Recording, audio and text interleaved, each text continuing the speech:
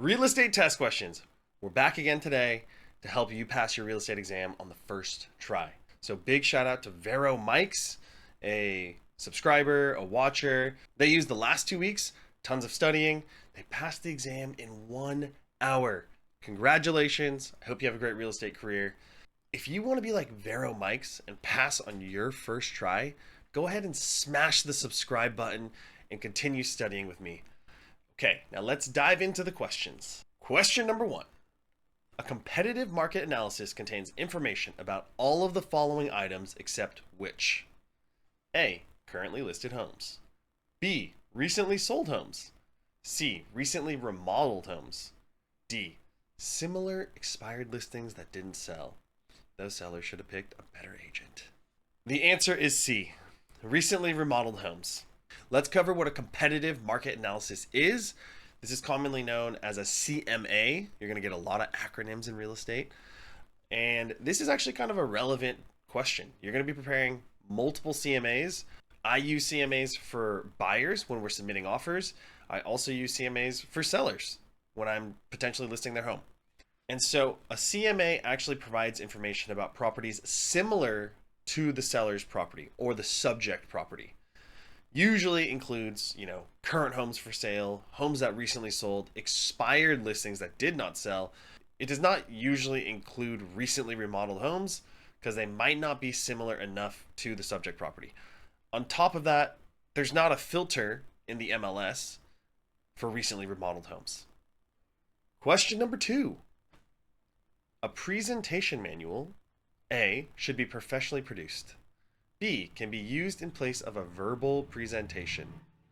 C, is not necessarily if the verbal presentation is strong. D, lends good visual support to what the agent is saying. The answer is D. Presentation manual lends good visual support to what the agent is saying. And so basically a presentation manual is just a valuable tool when you're interviewing a potential new client, right? This manual is going to help the agent look professional and it's going to help support whatever you're saying.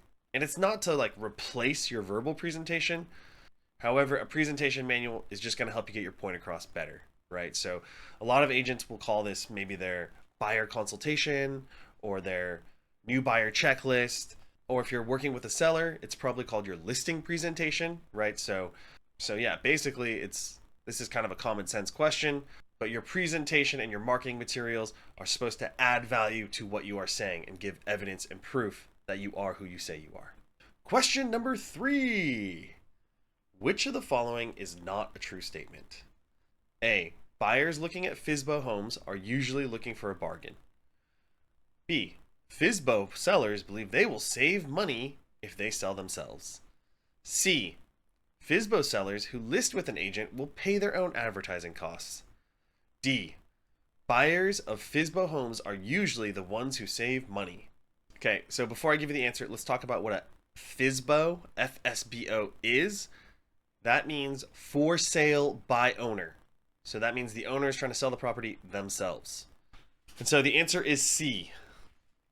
FSBO sellers who list with an agent will pay their own advertising costs.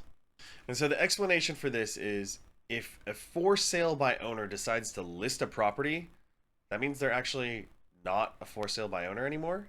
They're hiring an agent to sell the home for them. So this one, answer C, doesn't really make sense, right? They're listing the property with an agent, and in most cases, the agent is paying for the advertising costs. Okay, question number 4. What form can an agent use to show a seller what he or she will net on the sale of a property? A. Statement of closing costs. B. Competitive market analysis. C. Sale price disclosure. D. Estimated seller proceeds. And so the answer here is D. Estimated seller proceeds. The estimated seller's proceeds form is from CAR, California Association of Realtors. It makes it really easy for the seller to understand the math involved in calculating selling price and closing costs.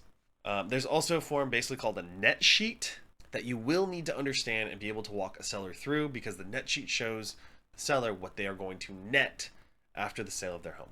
Question number 5. How many properties should be included for comparison in a competitive market analysis, a CMA? A, 2 properties in each category. B, 5 current listings, 3 recently sold and 2 expired. C, a minimum of 3 properties in the recently sold category. And D, 12 properties total. The answer is C, a minimum of 3 properties in the recently sold category. So I actually really like this question because I think this is more applicable to when you're actually an agent. This is actually stuff that you will use as an agent. I think this is like a general rule of thumb. I mean, obviously you can include more properties. If there aren't as many properties, then you won't be able to, and you're going to have to include less. But for the most part, you should have at least 3 of the recently sold homes, depending on if that many homes have sold in the past 3 to 6 months. So in the CMA, you should include at least 3 recently sold properties that have sold in the last 3 to 6 months. Now, why is it like maybe 3 to 6 months? If there weren't 3 homes that sold in the last 3 months, then you might have to extend that period further back. Pretty uncommon, but it is possible. Okay, so we're about halfway through the video. If you've thought this video is helpful so far, go ahead and drop a comment. You can also drop a comment letting me know what type of test questions you'd like to see. Question number 6. All of the following are benefits of listing with an agent, except which? A, preparation of an appraisal of the property. B, help during escrow. C, qualification of buyers. D, help with required forms and disclosures. The answer here is A, preparation of an appraisal of the property. So this is actually also a pretty good question. It's somewhat relevant for when you become an agent. Appraisals are handled by third-party appraisal management companies and independent licensed appraisers. The listing agent, if you're representing the seller, you're basically going to help arrange to give access to the appraiser, but beyond that, you don't have a say in the appraisal. So yeah, everything else you would help a seller with, right? You're going to help them during escrow. You're going to look at the potential buyers that are buying to make sure they are qualified and are able to buy the home. And then you're obviously going to help them with the forms and disclosures. Once again, appraisal, third party, independent party, you don't handle that. Question number 7. A listing presentation can be compared to A, a training session. B, an employment interview. C, a practice closing. D, a sure sale. The answer here is B, an employment interview. A listing presentation is basically when you go to a seller's home or you go on a Zoom meeting with them and you are presenting to them why you should be the one to list their home for sale. And it is 100% a job interview. So come prepared, do your best, and make sure that you're the right person to help that seller get the most for their home. Question number 8. A competitive market analysis is an attempt to A, find things in the home that a seller needs to repair. B, establish a home's fair market value. C, discover why some homes haven't sold. And D, convince a seller to list with you. Answer is B, establish a home's fair market value.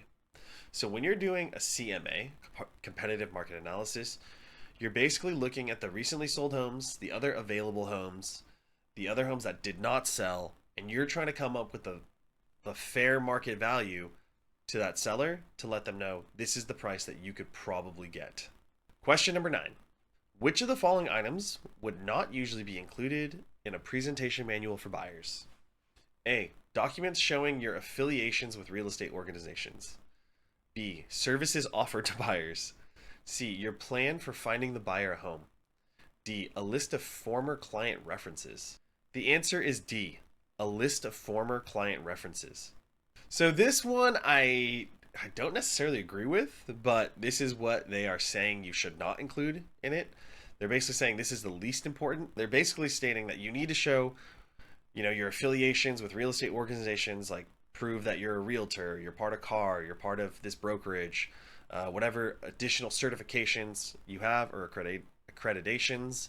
Obviously, in your buyer manual, you're going to want to show people what you offer.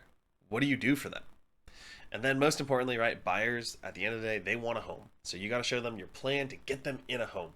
I personally, in the real world, think that you should actually include a list of former references, right? People are going to ask, or they're going to look up your reviews online. This actually happened to me 2 weeks ago. I was going through my buyer presentation, and at the end of it, I asked, hey, what additional questions do you have of me? And this client actually said, do you have any references? And so how I handled this was I put him in a group chat with my two most recent buyer clients, and then I gave them my online reviews. Okay, last but not least, question number 10. Which of the following will give you comparative market data the fastest? A, MLS, multiple listing service. B, county records. C, company files. D, title companies. The answer is A, the MLS, the multiple listing service. And so when you are preparing a CMA or comparative market analysis, typically the MLS will have some sort of feature for you to do this within their portal. That's how I do all of my CMAs. It's the quickest, fastest, easiest way to do it. I thought the questions today were quite relevant for when you actually become an agent. You are going to need to master how to do a listing presentation, a buyer presentation, how to prepare CMAs, what data to put in a CMA. These questions are quite relevant for when you pass the exam. As always, thank you for studying with me and watching the channel. If you have any questions, or I get some emails about, do you have additional test questions?